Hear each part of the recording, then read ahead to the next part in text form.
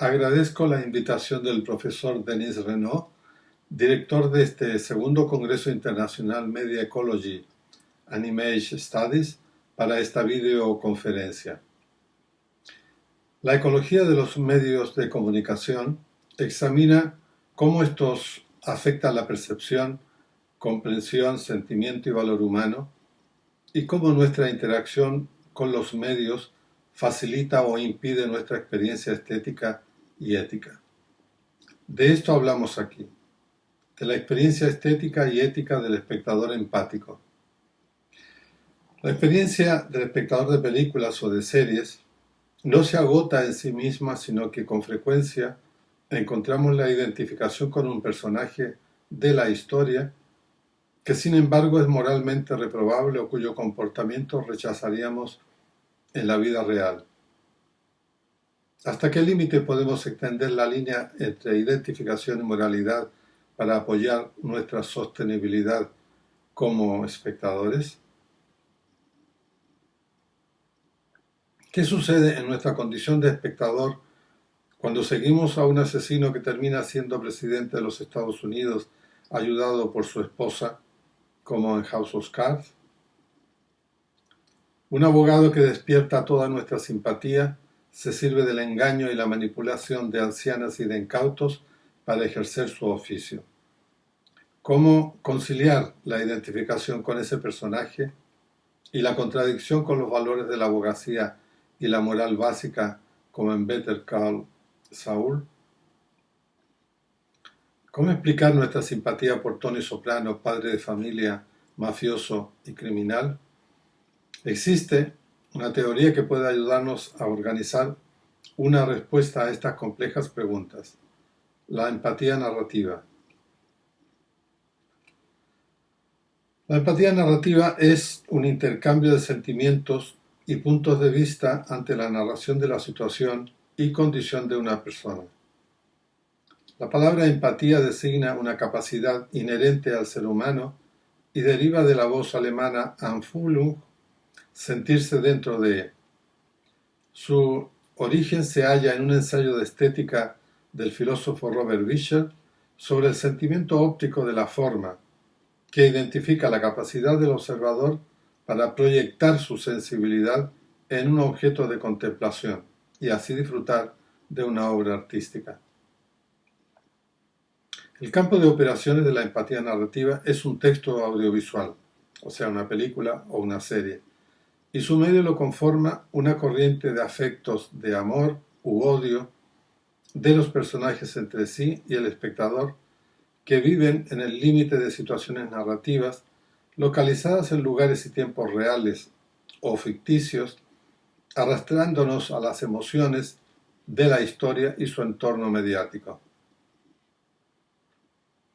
La empatía narrativa se relaciona directa o indirectamente con la emoción o afecto, la identificación psicológica, la simpatía y la inmersión, que son los temas con los cuales iniciamos ahora esta parte de la entrevista. Pero ¿cuál es el marco teórico de la empatía? La empatía narrativa ha sido estudiada como efecto de una experiencia narrativa tanto por la teoría literaria como la psicología, la sociología, la filosofía y especialmente la narratología. Aquí nos centramos solo en la narratología. El sujeto de la empatía se construye con el otro en la experiencia narrativa del encuentro entre dos, y en su construcción participan un autor o narrador, un texto audiovisual, un espectador o receptor. Existen 4 rasgos que caracterizan la empatía. Una experiencia narrativa que implica la totalidad del espectador y que invita a un retorno empático que involucre el cuerpo y la mente. No solo sentimos íntimamente, también reímos, lloramos o temblamos con los personajes. Se trata de una experiencia no solo del sujeto, sino que también es una experiencia con respecto a otro, es decir, una experiencia de intersubjetividad en el cine, según Christian Metz, que afirma: para comprender una película yo debo tomarme por el personaje. Una experiencia que se vive en un mundo posible, imaginario, pero dentro de nuestro marco cultural y social, porque no somos un espectador aislado del mundo. Una experiencia estética que no se origina solo en la película o la serie, ni solo en el espectador, sino por la puesta en marcha de una experiencia que no es solo narrativa, sino también semiótica, o sea, significante, y social, porque afecta a una comunidad. Finalmente, una experiencia que concierne, como hemos dicho, a la empatía y su relación con la emoción, la simpatía, la identificación y la inmersión, conceptos que desarrollaremos enseguida. En ciencias cognitivas, la emoción es un concepto general que describe estados cognitivos particulares, incluyendo entre otros el miedo, la cólera, la alegría, la tristeza, el disgusto y la sorpresa. En el campo narrativo, la comprensión de una obra difiere de una obra no narrativa por las respuestas emocionales en el destinatario. También interviene la diferencia del soporte. El lector de una novela puede obtener una satisfacción basada en una reflexión consciente y menos afectiva que la de un espectador de cine, que puede reaccionar en forma automática, por ejemplo, a la gestualidad o expresión facial de un personaje, como en las películas de Charlotte.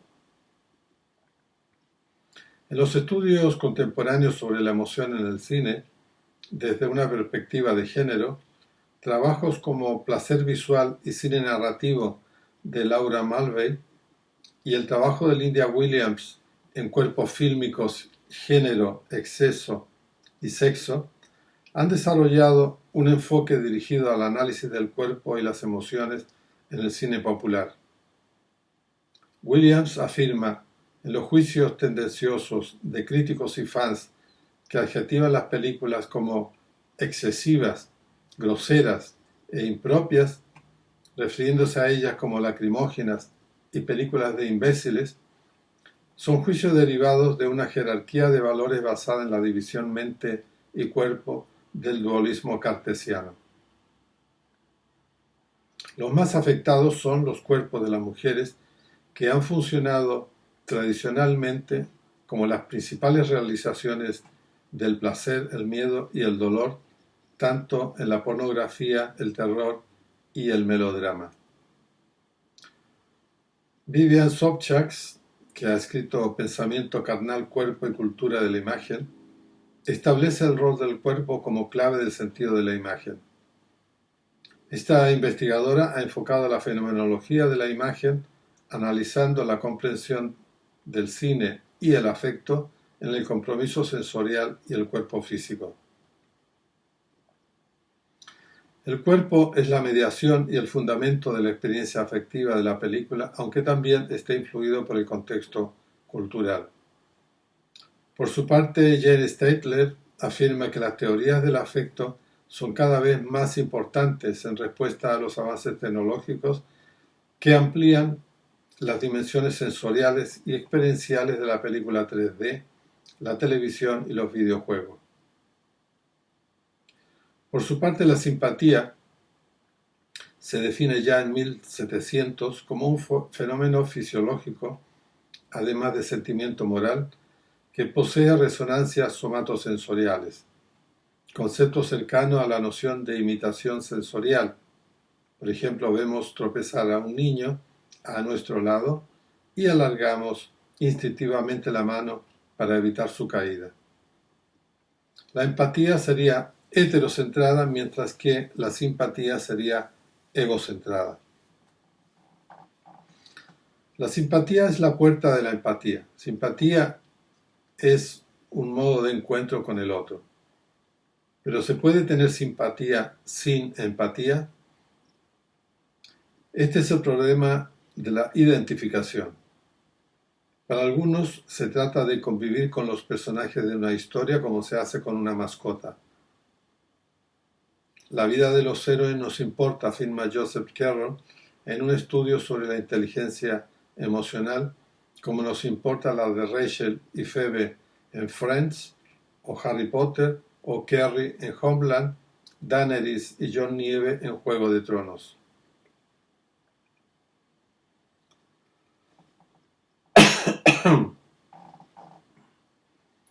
Pero queda por resolver la cuestión moral de la identificación con el héroe o con el villano de las historias. Por ejemplo, ¿cómo identificarse con el Walter de Breaking Bad, que de asegurar el futuro económico para su familia se convierte en asesino? Proponemos superar el problema de la identificación a través de la distinción entre empatía y simpatía. Y destacaré 3 niveles de identificación. En primer lugar, identificación con la apariencia del personaje. Nos identificamos inmediatamente con actrices como Penélope Cruz o actores guapos como Brad Pitt. Pero al revés, Lisbeth Salander en Millennium nos parece un gran personaje y no nos cuesta identificarnos con ella, pero difícilmente nos habríamos vuelto para mirarla en una calle al cruzarnos con ella. En segundo lugar, identificación como relación entre personajes y situación. Nos identificamos con la guerrera Gwendolyn de Juegos de Tronos, a pesar de que no es un personaje que arrase nuestras emociones, cuando en los últimos capítulos pierde su virginidad con Jaime Lannister, sabiendo que puede morir en las próximas horas. En tercer lugar, identificación como comprensión de la causa de la emoción provocada. Nos identificamos con Valery Legasov, científico de química orgánica de la Unión Soviética en la serie Chernobyl.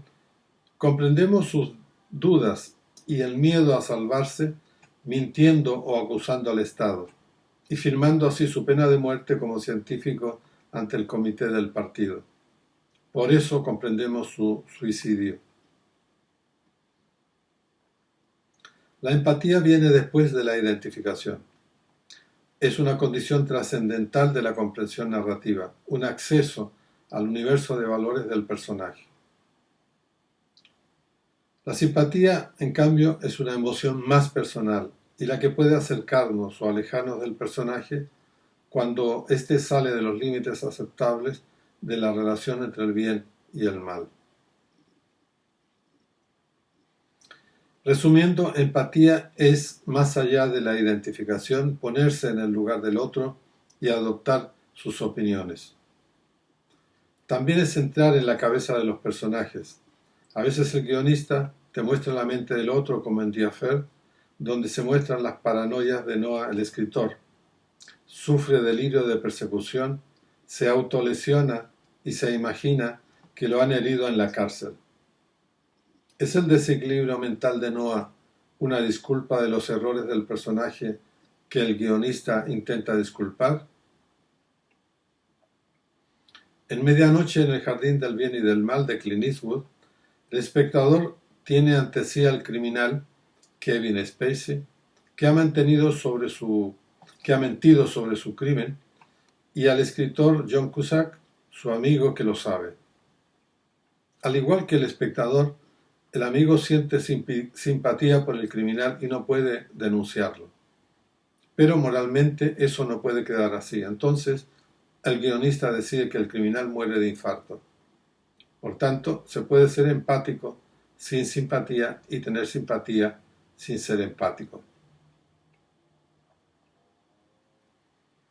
Empatía e inmersión. La inmersión narrativa se presenta como identificación psicológica y narrativa en el transporte del espectador desde su realidad cotidiana a un mundo ficcional. En la serie Mr. Robot, el personaje Elliot está afectado por una dualidad psicótica que le lleva a sucesivas inmersiones en 2 mundos contrarios, su mundo y el mundo de su padre.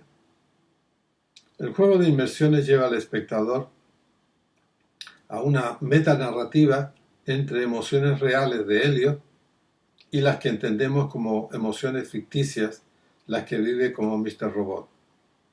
Percibimos como más real a Elliot y como más ficticio a Mr. Robot. La experiencia del mundo real le permite al espectador entender como marcas de empatía ciertos dispositivos cinematográficos, como los primeros planos de Elliot que reafirman su estatus de personaje narrador, los primeros planos emocionales y su profunda tristeza. Nos identificamos con la cámara cuando filma su soledad por las oscuras y deprimentes calles de los suburbios. También son elementos de empatía hacia Elliot las secuencias de una cierta tregua emocional, pequeños momentos de aparente estabilidad, pero que suelen ser vividos intensamente, como la secuencia de la familia de Elliot de vacaciones durante un viaje en automóvil, las pocas escenas de amor con su amiga Angela, los acercamientos sinceros con su hermana o aquellas dolorosas fases de desintoxicación abandonado de todos. La empatía como sentimiento proyectado puede implicar también a objetos inanimados. La adicción de Elliot a la heroína también implica una respuesta emocional dentro del cuadro psicológico del personaje y se manifiesta como una demostración de empatía hacia el otro como objeto.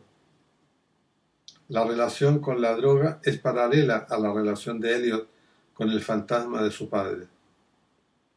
La existencia fantasmal de su padre constituye una especie de empatía intrasensorial, o sea, el sentimiento por su padre. La lucha de Elliot contra la adicción es también una metáfora de lucha contra su padre. Se trata de la prueba heroica en términos de la teoría de Vladimir Prop. Elliot está decidido a vencer a la droga y a Mr. Robot. Terminamos con una mención a la práctica de la empatía. Mary Steenburgen describe la función maestra de la narrativa, suspense, curiosidad y sorpresa, como la única narrativa específica con efectos emocionales, producidos por la doble secuencia de acción narrativa y la comunicación. Pero no existe una gran evidencia de que la empatía narrativa tenga efectos en la vida real. Sin embargo, todos los autores coinciden en el valor simbólico de la comunicación. La ficción bajo forma escrita o audiovisual de los relatos sostiene una dimensión antropológica, véase Prop o Campbell, articulada en distintas formas éticas y estéticas. Siguiendo a Alain Rabatel, en 2019, la empatía y sus relaciones con la identificación y las emociones pueden estudiarse bajo el concepto de disponibilidad empática y más precisamente como movilidad empática de un sujeto hacia otro.